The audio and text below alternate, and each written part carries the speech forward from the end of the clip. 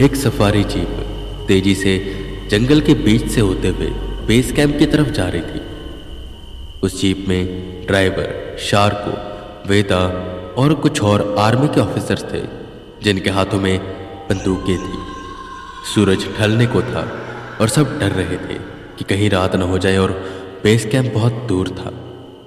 Anthony, jeep को तेज चलाओ, सूरज डूबने को हो रहा है और अगर अंधेरा हो गया और हम यहीं पर फंसे रह गए तो मक्षासुर, जो भी नाम है उसका, वो आ जाएगा और हमें जनरल ने साफ साफ मना किया कि हम रात को बाहर नहीं निकल सकते, तो कुछ भी हो सकता है और ये सब हो रहा है आपकी वजह से। वेदा की तरफ देखते हुए शार्को बोला, जिस पर वेदा, जो अभी भी थोड़े बीमार थे, कहते हैं, आप ऐसे क्यों कह रहे हैं? अब जब मौसम बीच में खराब हो गया और हेलीकॉप्टर लैंड नहीं कर पाया ढंग से तो मेरा क्या कसूर था? और देर सिर्फ मेरी वजह से नहीं हुई, आपको भी तो पेपर वर्क करने थे ना, तो उसमें भी टाइम लगा। और सुनिए, एक दूसरे के साथ यहाँ पर बहस करने से हमें कुछ भी नहीं मिलेगा। सूरज डूबने को है और सिर्फ मक्षासुर ही नहीं है जो अंधेरे में जागते हैं, और भी काफ़ी चीज़ें जो अंधेरे में जागती हैं। और जहाँ तक मैं सेंस कर पा रहा हूँ, यहाँ पर आत्माएं भी हैं जो भटक रही हैं। क्या मुझे इस जंगल की हिस्ट्री थोड़ी सी बता सकते हैं? जिस पर शार्को सोचता है और कहता है, यहाँ पर बहुत साल पहले, जब ये कच्चे रास्ते भी नहीं हुआ करते थे, तब से लोग यहाँ पर आते जाते रह रहे हैं, पर हर कोई नहीं। यहाँ बगल में एक गांव था, बिलासपुर।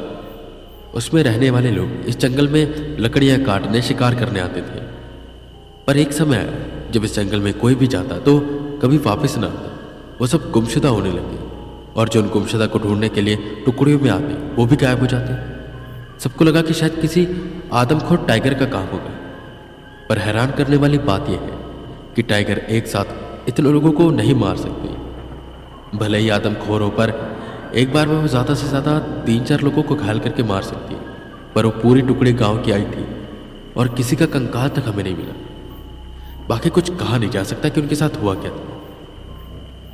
ये सब सुन वेदा काफ़ी देर सोचते हैं और फिर शार्को से पूछते हैं, वो जो मक्षासुर है, उसे तुमने देखा था ना? मुझे थोड़ा सा उसके बारे में बताओगे? जिस पर शार्को एकदम से डर जाता है। वो आसमान की ओर देखता है, सूरज बस छुपने को था। वो बोला, अरे यार चुप हो जाओ, बेस कैंप पर पहुंच जाएंगे, उसके बाद तुम अच्छे से पूछताछ कर लेना। अभी यहाँ पर सवाल जवाब मत करो।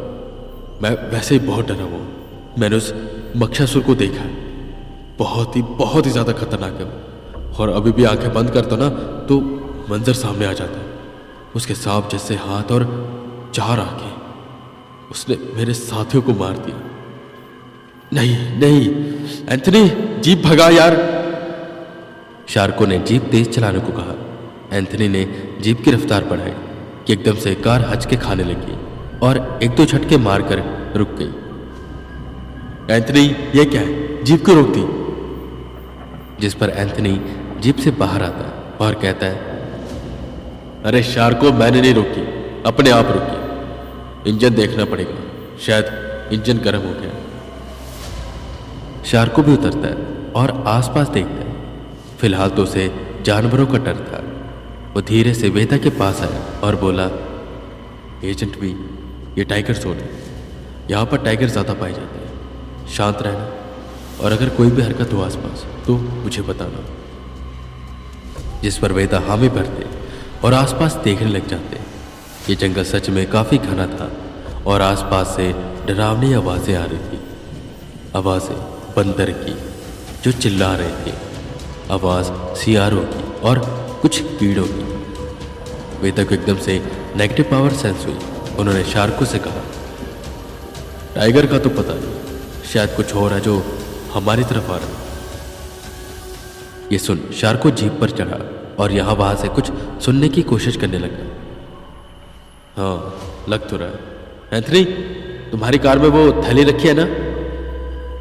जिस पर एंथनी माथे पर हाथ मारता है और कहता है, अरे यार, वो हम रात को निकलते नहीं है ना, तो मैंने वो थैली मेरे कमरे में रखी और आज निकलने से पहले सोचा कि शाम तक वापस आ जाएंगे, तो मैं उसे लेकर नहीं आया। शार्को एकदम से किलसा, अरे यार क्या हो रहा है हमारे साथ? जीप खराब हो गई, अंधेरा होने को है, ये सब आ रहे हैं और हमारे पास थैली भी नहीं है आज। जिस पर वेदा हैरान होते और पूछते हैं, थैली?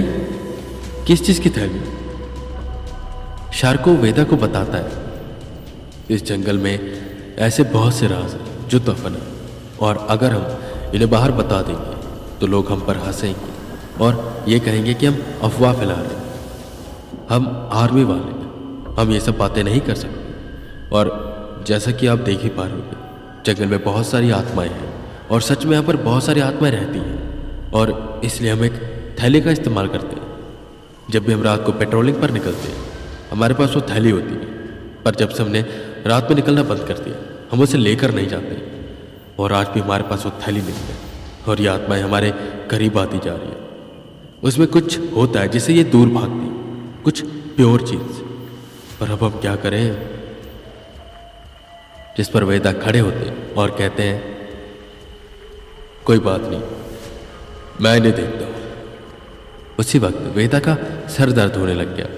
वो घुटने के बल बैठ गए। क्या हुआ एजेंट भी, आप ठीक तो है ना? शार्को उन्हें संभालता है। वो सब आत्माएं करीब आती जा रही थी। उन्हें कुछ भी समझ नहीं आ रहा था कि वो क्या करें। वो सब खतरे में थे। ऊपर से वेदा की तबीयत भी खराब होने लग गई थी कि उसी वक्त सबको एक तेज आवाज सुनाई दी।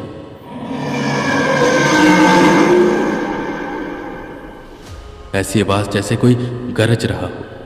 ये टाइगर की गरज नहीं थी, ये किसी और जानवर की गरज भी नहीं थी। ये आवाज अनजानी थी, और ये आवाज सुनते ही वो सब आत्माएं वहां से भाग गई। लगता है वो आ गया, अंधेरा हो चुका है। एंथनी, क्या कर रहे हो? शार्को चिल्लाया। एंथनी जल्दी से जीप में बैठा और जीप स्टार्ट करने की कोशिश करने लगा, पर जीप स्टार्ट ही नहीं हो रही थी। भारी कदमों की आवाज उन्हें सुनाई देने लगी। वेदा सहारा लेकर खड़े होते और एक दिशा की ओर देखने लग जाते, जैसे उस मक्षासुर को अनुभव कर पा रहे थे। एक नेगेटिव पावर उन्हें सेंस होती है, और ये काफी तेज थी। वो हमारे बहुत ही करीब आ चुका है, वेदा ने कहा, जिस पर सब उस दिशा की ओर बंदूकें ताकते। एंथनी जीप स्टार्ट करने में लगा हुआ था। शार्को और बाकी सब उसकी वो चार आंखें देखते, दो छोटी दो बड़ी, जो अंधेरे से बाहर की ओर आ रही थी। वेदा सबसे गन नीचे करने को कहते और खुद आगे आ जाते। वो अभी भी बीमार ही थे, पर किसी तरह अपनी शक्तियों का आवाहन करने लग जाते। तभी जीप स्टार्ट हो जाती है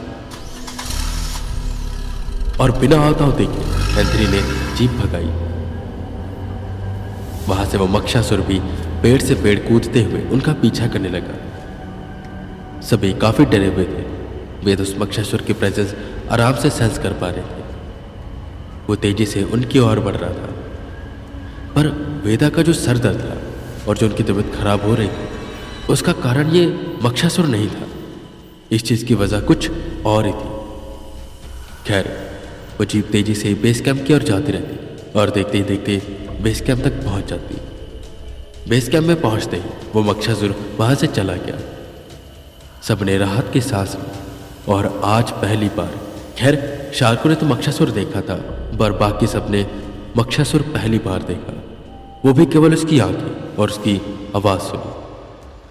वेदा सोचने लग जाते कि मक्षासुर है कौन, इसकी कहानी क्या, और इसे हराएंगे कैसे।